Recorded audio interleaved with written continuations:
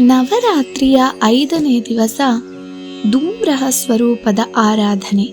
ಚತುರ್ಭುಜಾಂ ಸುವರ್ಣಾಭಾಂ ಶಂಖಚಕ್ರ ಕದಾಂಭುಜಾಂ ಪಂಚಮ್ಯಾಂ ಪೂಜಯೇದ್ದೇವವೀಂ ಸದಾ ಮಕರ ವಾಹಿನೀಂ. ಶುಂಭ ಹಾಗೂ ನಿಶುಂಭ ರಾಕ್ಷಸ ದ್ವಯರಿಗೆ ಚಂಡ ಹಾಗೂ ಮುಂಡ ಎಂಬ ಇಬ್ಬರು ರಾಕ್ಷಸ ಸೇವಕರು ಇದ್ದರು. ಅವರು ಹಿಮಾಲಯದಲ್ಲಿ ನೆಲೆಸಿದ್ದ ಶೈಲಜಾದೇವಿಯನ್ನು ಕಂಡು ಅವಳ ಸೌಂದರ್ಯಕ್ಕೆ ಮಾರು ಹೋದರು. ತಡ ಮಾಡದೆ ಒಡೆಯ ಶುಂಭನಲ್ಲಿಗೆ ಬಂದು ಹೇಳಿದರು, ಅಪ್ರತಿಮ ಸುಂದರಿಯೂ ಸ್ತ್ರೀಯರಲ್ಲಿಯೇ ರತ್ನಪ್ರಾಯಳು ಆದ ಸ್ತ್ರೀಯನ್ನು ಕಂಡು ಬಂದಿದೆ. ಅವಳನ್ನು ನೀನು ಒಮ್ಮೆ ನೋಡಬೇಕು. ಆಕೆ ಹಿಮಾಲಯದ ಪರ್ವತ ಶ್ರೇಣಿಯಲ್ಲಿ ಇದ್ದಾಳೆ.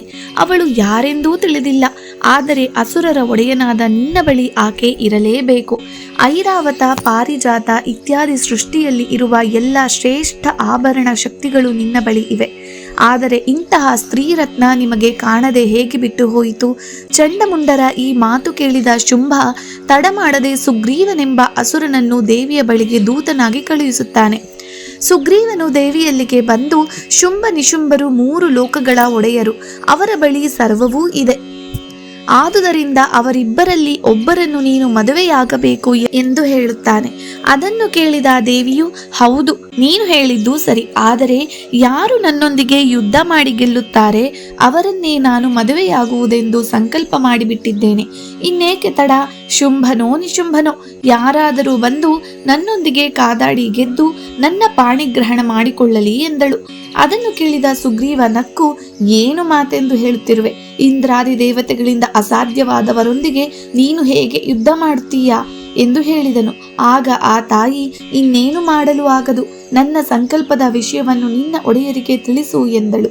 ಅನ್ಯ ಮಾರ್ಗ ಕಾಣದ ದೂತ ಸುಗ್ರೀವ ಹಿಂದಿರುಗಿ ಬಂದು ಅಸುರರ ರಾಜನಿಗೆ ನಡೆದ ವೃತ್ತಾಂತವನ್ನೆಲ್ಲ ಸವಿಸ್ತಾರವಾಗಿ ತಿಳಿಸಲು ರಾಕ್ಷಸರೆಲ್ಲ ಸಿಟ್ಟಿನಿಂದ ಕೂಗಾಡಿದರು.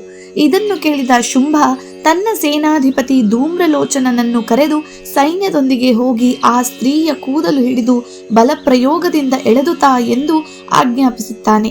ಆಜ್ಞೆ ಪಾಲನೆಗಾಗಿ ಧೂಮ್ರಲೋಚನ 60,000 ರಾಕ್ಷಸ ಸೈನಿಕರೊಂದಿಗೆ ದೇವಿಯನ್ನು ಎಳೆದು ತರಲು ಹೊರಡುತ್ತಾನೆ. ದುರ್ಗಾದೇವಿಯು ಹೂಂಕರಿಸಿದ ಮಾತ್ರಕ್ಕೆ ಧೂಮ್ರಲೋಚನ ಭಸ್ಮವಾಗಿ ಬಿಡುತ್ತಾನೆ.